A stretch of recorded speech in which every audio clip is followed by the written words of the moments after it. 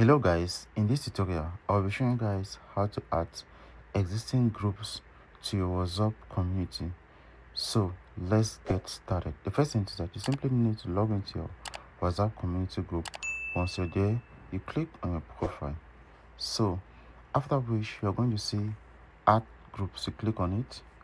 Okay, after that you're going to see create new groups and add groups, that's existing groups. But have in mind that you simply need to be an admin on those groups before you can have access to add them to your WhatsApp community group. So we're going to click on what? Add existing groups. So these are the various WhatsApp group in which I am admin to. So I'm going to click on what? Elect TV and this other one, because those are the various WhatsApp group in which I want to add on my WhatsApp community group. So I'll click on what? Add. So after which you simply click on what? Add to community.